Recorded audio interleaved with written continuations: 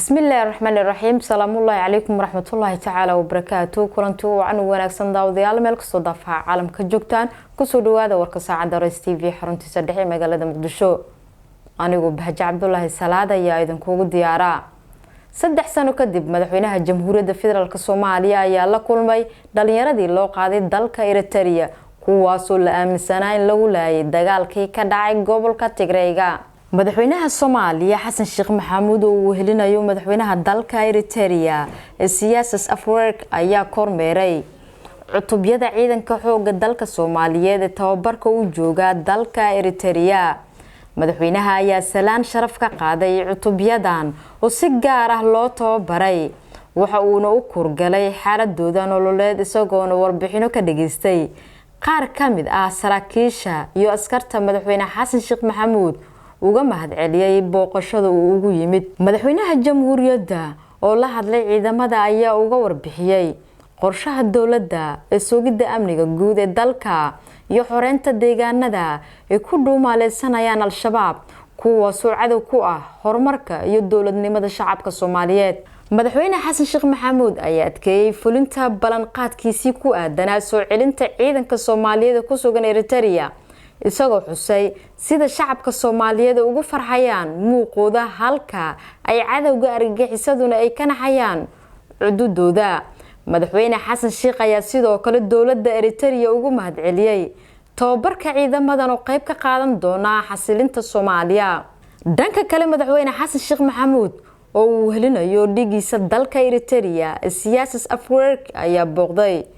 goobo ku yaala dalkaas oo ay ka socdaan mashaariic horumarineed ra'iisul wasaaraha Soomaaliya oo wada la tashiyadii ugu dambeeyay uu ku soo dhisayo golaha wasiirada cusub ee Soomaaliya ra'iisul wasaaraha Soomaaliya Xamse Cabdi Barre ayaa waxa uu wada la tashiyadii ugu dambeeyay uu ku soo dhisayo golaha wasiirada cusub ee Soomaaliya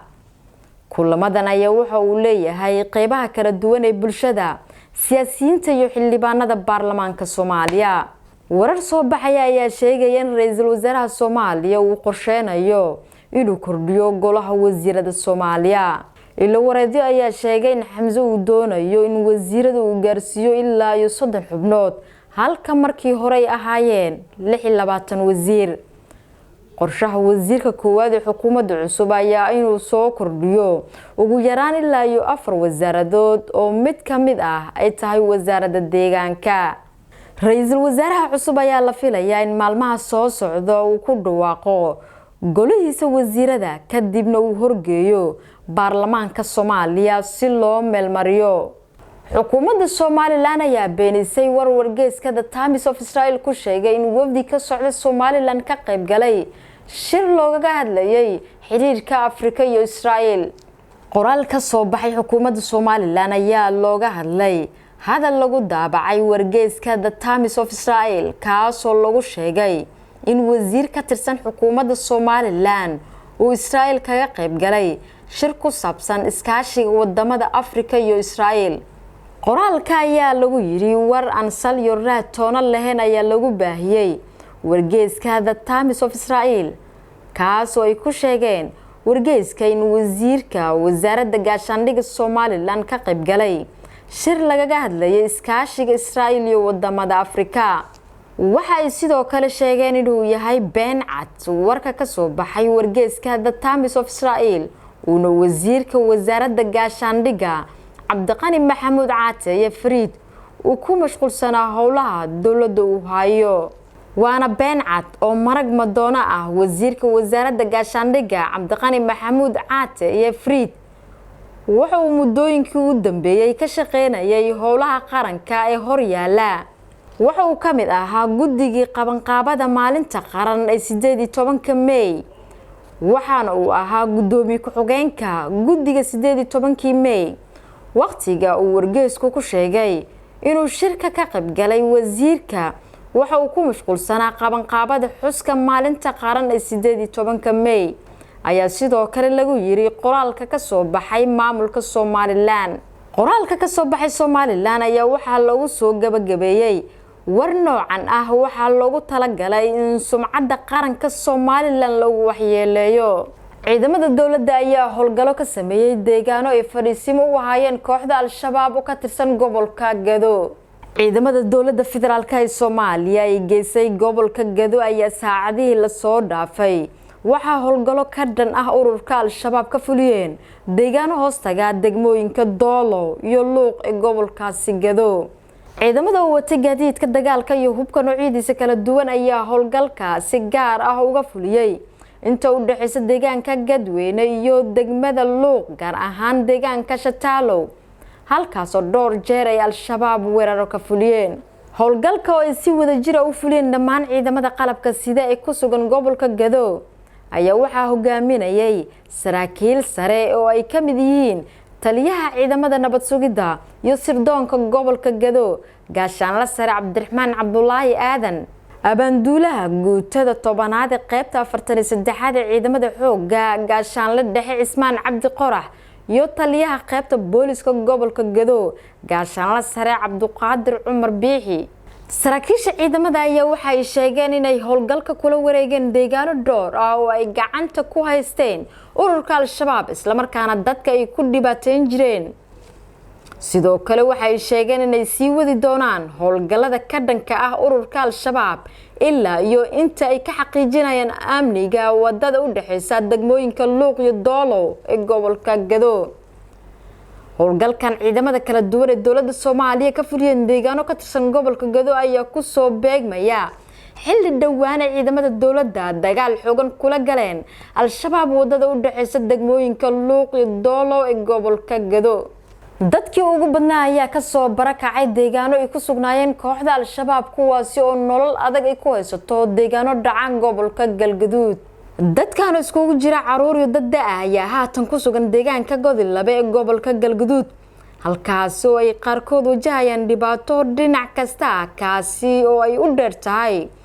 go'doonka ay geliyeen kooxda al-shabaab. dadkan qaarkood ayaa sheegay in iskugu darsantay abaarta iyo dhibaatada ay ku hayaan kooxda al-shabaab waxayna sheegeen in aysan haysan goob ay gabaad uga dhigtaan cadceedda aadka u kulul oo ay sheegeen in ay haatan ka jirto deegaanada ay soo salfaristeen. dadkan oo wajiyadooda laga dheehan karo ilgooyo fara badan ayaa sheegay in ay saameyn xooggan ku yeelatay abaarta ku dhufatay dalka waxayna sheegeen in ay haatan u baahan yihiin gurmad degdeg ah. maamulka Galmudug ay ka codsadeen in ay wax la soo gaaraan si ay kaalmo ugu siiyaan noloshooda oo ay sheegeen in ay tahay mid aad u liidata cunana ay sheegeen in ay kaliya quutaan waxyaabaha aysan noloshooda raali ka ahayn. dadkan oo u badnaa hooyooyin ayaa sheegay inay ka soo barakaceen deegaano ay gacanta ku hayeen kooxda al-shabaab oo ay sheegeen in noloshooda aan loo adkeysan karin maadaama aysan ogoleen kaalmooyinka ka yimaada maamulka iyo hay-adaha bixiya gargaarka. madaxweynaha Ukraine ayaa sheegay in Ruushka duqeymo aan loo meeldayin ka fuliyay magaalooyinka waaweyn ee ka tirsan gudaha dalkaasi. madaxweynaha Ukraine Volodymyr Zelensky ayaa faahfaahin ka bixiyay xaaladda dalkiisa dagaalka ka dhanka ah Ruushka duqeynta sababtay dhimashada iyo dhaawaca burburka dalkiisa gaaray iyo iska caabinta ay wadaan ciidanka iyo shacabka Ukraine. Zelensky oo 24 saac la soo dhaafay mar la hadlay warbaahinta si uu ugu soo bandhigo khasaaraha ka dhashay dagaalkaasi guulaha ay ka gaareen dagaalada ka socda gobolada kala duwan ee Ukraine iyo fariimaha uu dirayo ayaa Ruushka ku eedeeyay inuu joogteeyay duqeymaha uu wado. madaxweynaha Ukraine Volodymyr Zelensky ayaa tilmaamay in 24 saac la soo dhaafay in Ruushka duqeymo gaaraya 34 ka geystay gobolka Donetsk. 15 ruux ayaa mar qura ku geeriyootay magaalada Chasiryad. shacabkiisa ayuu ugu baaqay in ay garab istaagaan ciidamada difaaca u hortaagan ciidanka Ruushka ee weerarka ku qaaday Ukraine 24 Febraayo 2022 ee sanadkan.